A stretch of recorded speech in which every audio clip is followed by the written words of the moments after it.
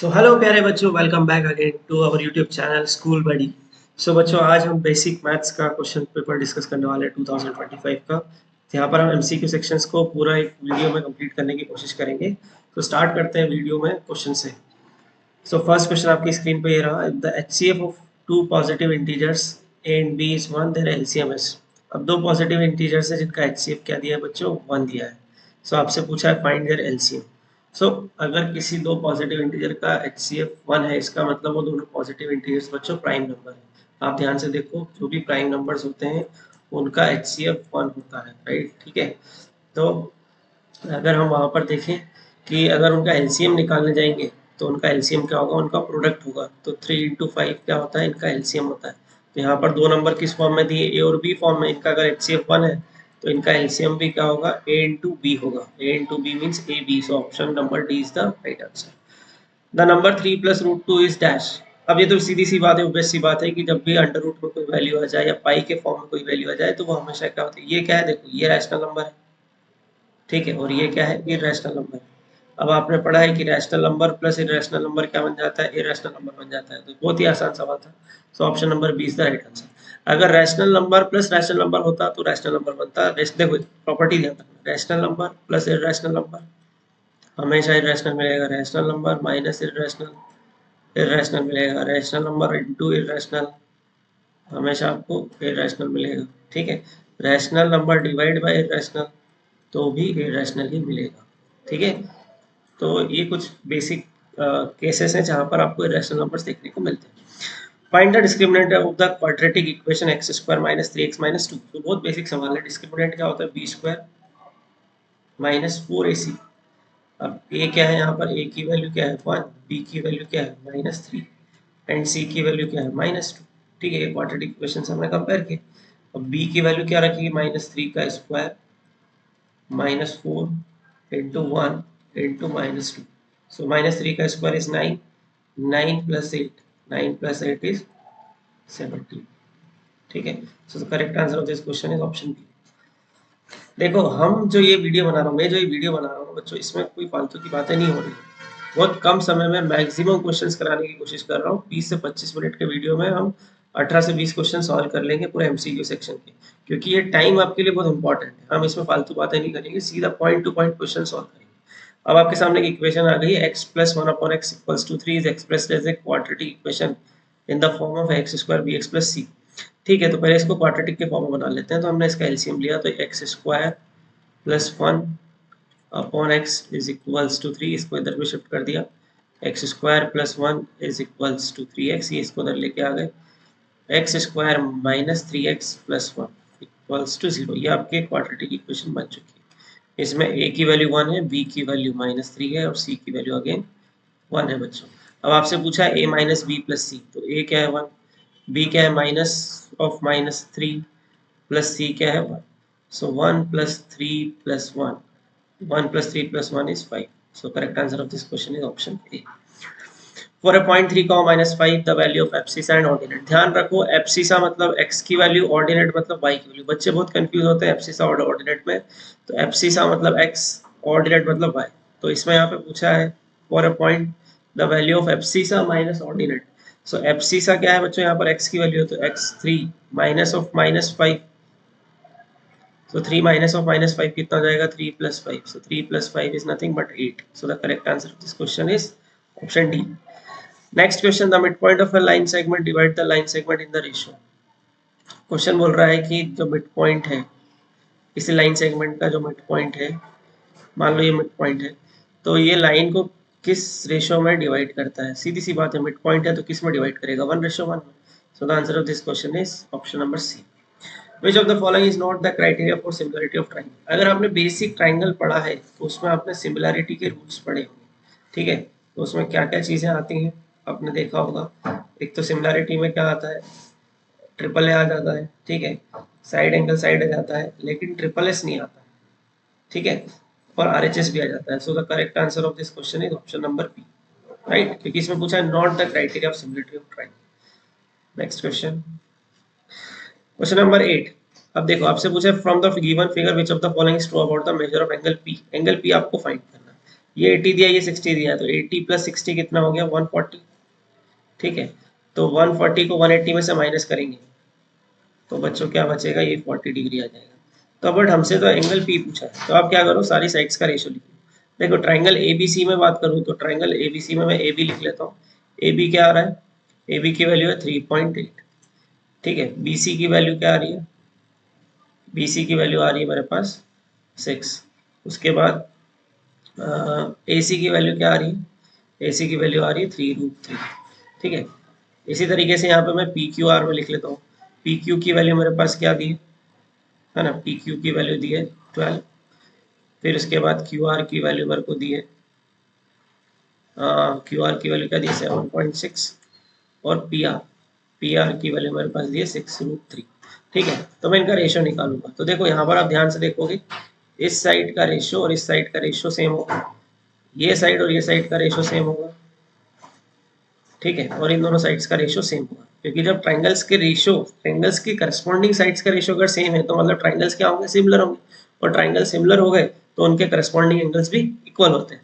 तो हम बता देंगे कि भैया क्या बोलेंगे, B C upon P Q is equals to A B upon Q R is equals to A C upon P are.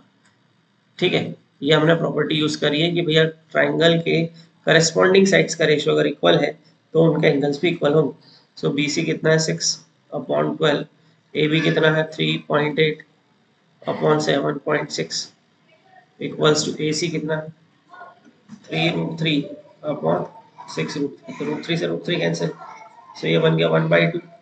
ये भी हमारा 1/2 है और ये भी हमारा 1/2 है। देखो सारे जो करस्पॉन्डिंग साइड्स का रेशियो है वो 1/2 आ गया। इसका मतलब ट्राइंगल क्या है, सिमिलर हो गए। और ट्राइंगल सिमिलर हो गए तो उनके एंगल्स भी सेम होंगे। तो अब एंगल ए है वो किसके बराबर होगा, एंगल पी के। तो एंगल ए कितना डिग्री का है 80 डिग्री का, तो एंगल पी भी कितने डिग्री का हो जाएगा 80 degree. So answer of this question is 80 degree.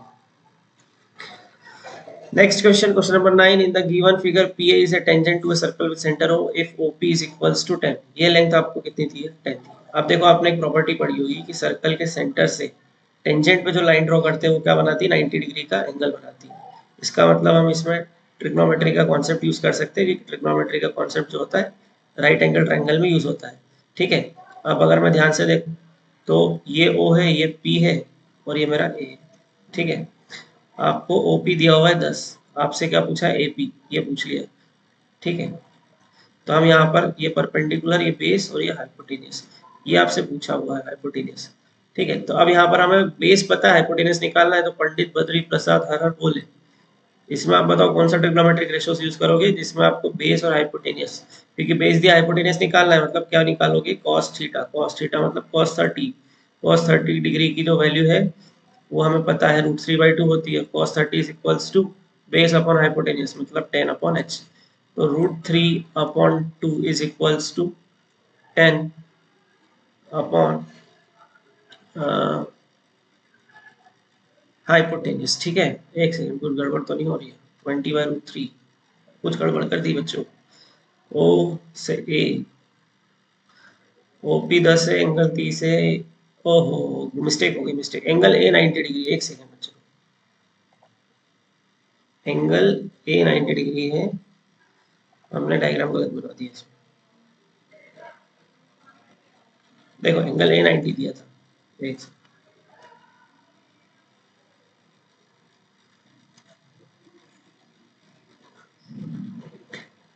ये 90 डिग्री है, ये आपका एंगल पी है।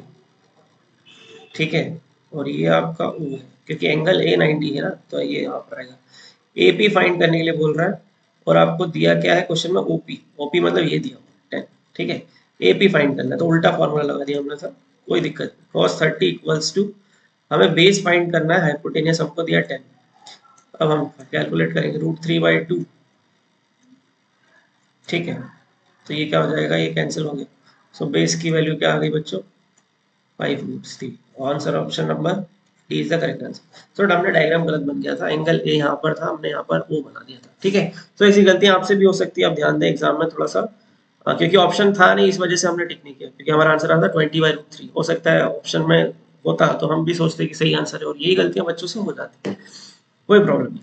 आपको बस ध्यान लगा के माइंड को बिल्कुल फोकस करके पेपर को देना है, ठीक है। अब पूछा which of the following statement of is false, इसमें से कौन सा स्टेटमेंट गलत है। अब tan 45 और cot 45 की वैल्यू सेम होती है, बिल्कुल करेक्ट है। sin 90 की वैल्यू क्या होती है बच्चों 1, और tan 45 भी 1 होता है, ये भी करेक्ट है। sin 30 और cos 30 बिल्कुल गलत, sin 30 और cos 60 की वैल्यू सेम होती है। सो यहाँ पर ऑप्शन नंबर सी गलत है, बट हमसे पूछा है फॉल्स ही पूछा है, तो हमारा आंसर क्या हो जाएगा, सी हो जाएगा। Next question number 11, tan square A. अब वन देखो 1/cos स्क्वायर ए को क्या लिख सकते हैं, 1/cos थीटा होता है सेक थीटा, तो ये क्या हो जाएगा सेक स्क्वायर। अब आपने आइडेंटिटी पढ़ी है 1 plus tan square A is equals to sec square. अगर मैं इसको क्या लिख दूं, सेक स्क्वायर ए को इधर ले आओ और 1 को उधर पहुंचा दो, तो सेक स्क्वायर इधर आएगा, उधर प्लस का था, इधर आएगा तो क्या होगा माइनस का हो जाएगा, और 1 जो पॉजिटिव था उस साइड जाएगा तो -1 हो जाएगा, है ना। ये क्या लिखा है -1 है बच्चों, ठीक है। सो tan स्क्वायर है माइनस सेक स्क्वायर है क्या आ रहा है -1, सो the correct answer of this question is option number D. बहुत बेसिक आइडेंटिटीज हैं, उस पर क्वेश्चन पूछ लिया है। अब देखो कितने इजी क्वेश्चन है। In the given figure which of the following is represent the angle of depression. देखो दो चीजें हैं, है ना। ये अगर टावर है, ये सपोज बिल्डिंग है, इस बिल्डिंग पे आप खड़े हो, ठीक है। इस बिल्डिंग से नीचे किसी ऑब्जेक्ट को देखोगे, सपोज ये आपका दोस्त है, इसको आप देख रहे हो, तो यहाँ पर जो एंगल बनेगा वो एंगल ऑफ डिप्रेशन बनेगा, ठीक है। ये जो एंगल है वो एंगल ऑफ डिप्रेशन, ये एंगल जो बनेगा एंगल ऑफ डिप्रेशन बनेगा, ये थीटा। अब वही उल्टा केस हो जाता है ऐसा कि आप नीचे खड़े हो, ये आप नीचे खड़े हो, आपका नाम ए है, आपका दोस्त ऊपर बिल्डिंग पे खड़ा हुआ है जिसका नाम बी है, और आप ऊपर से नीचे देखते हैं, ठीक है। तो ये जो एंगल ऑफ क्या बनता है, एंगल ऑफ एलिवेशन बनता, तो यहाँ पर एंगल ऑफ एलिवेशन थीटा होता, ये वाला, इसको एंगल ऑफ एलिवेशन बोलते हैं, और ये जो एंगल है इसको बोलते हैं एंगल ऑफ डिप्रेशन, ठीक है। तो यहाँ पर देखो एंगल ऑफ डिप्रेशन क्या बन रहा है, जेड बन रहा है, तो correct answer of this question is option C. Next question number 13, बहुत इजी सवाल, find the parameter of shaded region. अब इस शैडर्ड रीजन का पैरामीटर आपको बच्चों बताना है। देखो कितना आसान सवाल है। तो देखो यहाँ से लेकर यहाँ तक कितनी लेंथ है आर, और ये लेंथ भी कितनी है आर, तो आर प्लस आर प्लस ये आर्क की लेंथ आपको कितनी दी हुई है, आर्क की लेंथ आपको एल दी हुई, तो R plus L, so 2r plus L is the right answer, खत्म। Next question, the ratio of the area of quadrant of a circle to the area of the same circle. So आपको quadrant का area बताना है, sir और sir the ratio of the area of quadrant of a circle to the area of same circle, ठीक है। एक circle बना लिया, इसमें 4 क्वाड्रेंट बना लिए, ठीक है। तो पूछा है the ratio of the area of a quadrant of a circle to the area of the same circle. देखो एरिया ऑफ सर्कल क्या होता है, एरिया ऑफ सर्कल होता है पाई आर स्क्वायर। अब क्वाड्रेंट का सर्कल, क्वाड्रेंट का एरिया क्या होगा, देखो ध्यान से देखना, तो ये तो एरिया हो गया सर्कल का, ठीक है। अब क्वाड्रेंट का एरिया क्या होगा, क्वाड्रेंट ऑफ सर्कल तो होता है pi R square into theta upon 360। अब थीटा देखो क्या होगा, किसी एक क्वाड्रेंट की बात हो रही है, तो यहाँ पर क्या होगा 90 डिग्री, क्योंकि एक हम जब प्लेन बनाते हैं, एक कार्टेशियन प्लेन बनाते हैं, इसमें 4 क्वाड्रेंट होते हैं, 1 2 3 4, तो इसका एंगल कितना होता है 90 डिग्री। तो यहाँ पर पाई आर स्क्वायर इंटू थीटा की जगह 90 अपॉन 360, तो ये हो गया 1/4। सो हमसे रेशियो किसका पूछा है, area of quadrant of circle upon area of circle. So ये क्या हो जाएगा 1/4 into pi R square upon pi R square, pi R square से पाई आर स्क्वायर कट गया, तो रेशियो क्या आ गया 1/4। So the correct answer of this question is option number C. Next again very easy question, अगर आपको चीजों इनके फॉर्मूलेस पता है सरफेस एरिया एंड वॉल्यूम के। For which of the following solid is the lateral and curved surface area and total surface area are same. देखो lateral और curved surface area बात एक ही होती है, लेटरल सरफेस एरिया बोलो चाहे कर्व्ड सरफेस, दोनों सेम बात है, लेकिन टोटल सरफेस एरिया डिफरेंट होता है। तो आप ध्यान से देखो, स्फेयर, स्फेयर का लेटरल सरफेस एरिया या सी एस से दोनों सेम होता है, क्या होता है 4 पाई आर स्क्वायर, और टोटल सरफेस एरिया भी सेम होता है, वो क्या होता है 4 पाई आर स्क्वायर। तो ये दोनों वैल्यू सेम किस में होती है, स्फेयर में। So the answer of this question is option number D. Next the class mark of the median class of the following data. आपसे क्लास मार्क पूछा है मीडियन क्लास का। अब देखो इसके लिए आपको ना पूरा बनाना पड़ेगा, या तो मैं चलो कोशिश करते हैं, ये क्लास इंटरवल दिया है, ये फ्रीक्वेंसी दी है, ठीक है। आप यहाँ पर सी एफ निकालेंगे, देखो 10 से 25, 25 से 40, 40 से 55, 55 से 70, 70 से 85, 85 से 100। ठीक है, इसकी फ्रीक्वेंसी क्या है? 2, 3, 7, 6, 6, 6। ठीक है, अब सी एफ क्या निकालते हैं? सी एफ में फ्रीक्वेंसी को प्लस करते हैं। इसमें 2 में 3 प्लस करा तो 5 आ गया, 5 में 7 प्लस करा तो 15 आ गया, सॉरी 5 में 7 प्लस करा तो 12 आ गया, 12 में 6 प्लस करा तो 18 आ गया। ठीक है, 2, 5, 12, 18, 18 में 6 प्लस करा 24, 24 में 6 प्लस करा तो 30। सो हमारी जो n की वैल्यू है सर वो कितनी आ गई? 30 आ गई। अब हम क्या करते हैं, यहाँ पर मीडियन निकालते हैं। ठीक है, मीडियन क्या आ जाता है? n/2 होता है, तो 30/2 कितना आ गया? 15। 15 कहाँ पर लाई करेगा? इन दोनों के बीच में, लेकिन हम बड़ी वैल्यू लेते हैं, मतलब जो इसके 15 से जस्ट बड़ा नंबर क्या है? यहाँ पर 18 दिख रहा है। 18 की जो क्लास मार्क है उसका आपसे मीडियन पूछा, क्लास मार्क पूछा है, तो क्लास मार्क यहाँ पर क्या, मतलब ये जो रेंज है वो क्या है? 55 से 70 है, तो 55 प्लस 70 डिवाइड बाई 2, 55 प्लस 70 कितना हो गया? 125/2, 125/2 इज 62.5। ठीक है, क्योंकि यहाँ पर क्या लिया हमने क्वेश्चन में, देखो मीडियन हमारा 15 आया, 15 कहाँ लाई कर रहा है? 12 और 18 के बीच में, तो हम यहाँ पर क्या लेंगे? 18 को लेंगे। ठीक है, 18 का जो क्लास इंटरवल है वो कितना है? 55 से लेकर 70 तक है, और क्लास इंटरवल से क्लास मार्क कैसे निकालते हैं? Lower limit plus upper limit divide by 2, तो ये दोनों को प्लस करके 2 से डिवाइड कर दिया। तो उसने हमसे क्या पूछा था? क्लास मार्क ही पूछा था, जो कि हम निकाल चुके हैं। ठीक है, 62.5। अब जो नेक्स्ट क्वेश्चन है वो बहुत ईजी है। 17th, यहाँ पर जो रन स्कोर किया टेस्ट मैचेस में, उसका डेटा दिया हुआ है कि 3000 से 4000, 4000 से 5000, 6000, 6000 से 7000 नंबर ऑफ बैट्समैन दिए। तो आपसे lower limit of model class पूछा है। मॉडल क्लास में आपको कुछ नहीं करना है। मॉडल क्लास के लिए आपको देखना है कि सबसे ज्यादा फ्रीक्वेंसी किसकी है। सबसे ज्यादा फ्रीक्वेंसी किसकी है? 10 की। यहाँ पे सबसे बड़ा नंबर क्या है? 10 है। तो 10 में जो सबसे लोअर लिमिट क्या है? 10 जो नंबर ऑफ रन स्कोर जो है, यहाँ पर जो 10 के रिप्रेजेंट कर रहा है नंबर ऑफ बैट्समैन को। अब यहाँ ध्यान से देखो, जो नंबर ऑफ बैट्समैन को रिप्रेजेंट कर रहा है उसमें रन स्कोर कितने किए? 4000 से 5000 रन स्कोर की। इसमें लोअर लिमिट क्या होगी बच्चों? लोअर लिमिट 4000 होगी, तो option number B is the right answer. Next question, question number 18, in an random experiment of throwing a dice. एक डाइस हम फेंकते हैं तो उसमें से क्या क्या इवेंट्स हो सकते हैं। अब पूछ बोला है getting a number between 1 and 7। अब देखो, डाइस फेंकते हैं तो उसमें 1 से लेकर 6 के बीच के नंबर आते हैं कि 1 से 6 तक आते हैं। देखो डाइस में ये सब नंबर होते हैं 1, 2, 3, 4, 5 एंड 6। अब जो पहला ऑप्शन बोल रहा है कि बिटवीन, मतलब क्या आना चाहिए? 2, 3, 4 और 5 के होंगे। तो 2, 3, 4, 5 तो होंगे, लेकिन साथ में 1 और 6 भी हो सकते हैं, तो ऑप्शन ए तो गलत हो गया। Getting an odd number less than 7, odd number में तो सिर्फ ये आ जाएगा 1, 3, 5, तो ये भी गलत हो गया। गेटिंग एन इवन नंबर 2, 4, 6, ये भी गलत हो गया। Getting a natural number less than 7 बिल्कुल करेक्ट है। नेचुरल नंबर स्टार्ट होते हैं 1 से, 1, 2, 3, 4, 5, 6, तो यही नंबर होंगे और लेस देन 7 होना चाहिए, तो option number D is the right answer. So बच्चों कोशिश की है, देखो मैंने कोई फालतू की बातें आपसे नहीं की जिससे कि हमारा वीडियो की लेंथ बढ़े और आप डीमोटिवेट हो जाए कि 1 घंटे का वीडियो हम कैसे देखेंगे। कोशिश करिए 20 मिनट के अंदर इस वीडियो को खत्म करें, और हमने सारे एमसीक्यू यहाँ पर डिस्कस कर लिए हैं। आपके बेसिक, जो बेसिक का पेपर हुआ था 2025 में, उसके सारे एमसीक्यू आपके सामने मैंने डिस्कस कर लिए हैं। अब मैं आप नेक्स्ट क्लास में आपके सामने टॉपिक वाइज क्वेश्चंस लेके आऊंगा, जो पीवाईक्यूज में पूछे गए हैं, जो वो आ सकते हैं मॉडल सैंपल पेपर्स में मैंने देखे हैं, जो क्वेश्चन टफ होते हैं जहां पर बच्चों को बहुत डाउट्स आते हैं, उन क्वेश्चंस को हम डिस्कस करने की कोशिश रहेगी।